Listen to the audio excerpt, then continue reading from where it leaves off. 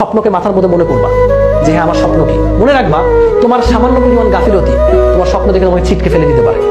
তোমার স্বপ্ন দেখে তুমি যদি ছিটকে পড়ো, তুমি তোমার ফ্যামিলির জন্য কত বড় বার্ডেন হবা সেটা তুমি কল্পনা করতে পারো না।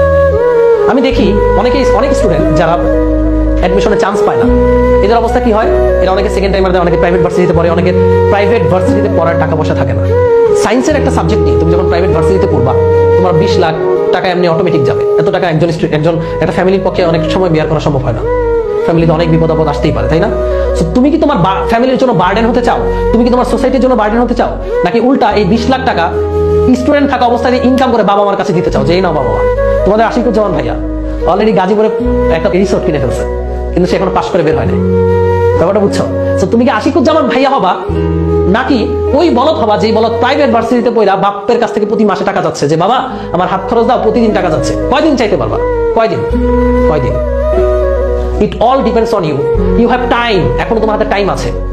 মনে রাখো, এই যে খুব সময় চিল করে বেড়াচ্ছ, তোমার জাস্ট এটা কল্পনা করবা যে আজ থেকে 10 বছর বা 15 বছর পর তোমার অবস্থাটা কোথায় যেতে পারে।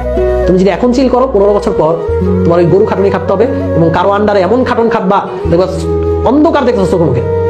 তুমি ডিসাইড করো এখন যে তুমি সুপিরিয়র হবা নাকি ইনফেরিয়র হবা। এটা তোমার হাতে এখনো চয়েস আছে। তুমি অর্ডার দিবা না অর্ডার নিবা, তোমার হাতে চয়েসটা আছে। তুমি চাকর হবা না মালিক হবা। বলতে পারো ভাইয়া মানুষ তো সব সময়, না না না, বর্তমান যুগে এই কথা চলে না।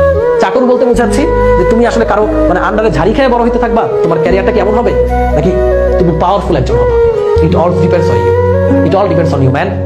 তুমি যদি গাফিলতি করো, তোমার কপালে দুঃখ লেখা আছে। এটাই হচ্ছে কথা। যে পরিশ্রমী সেই সুখী হবে।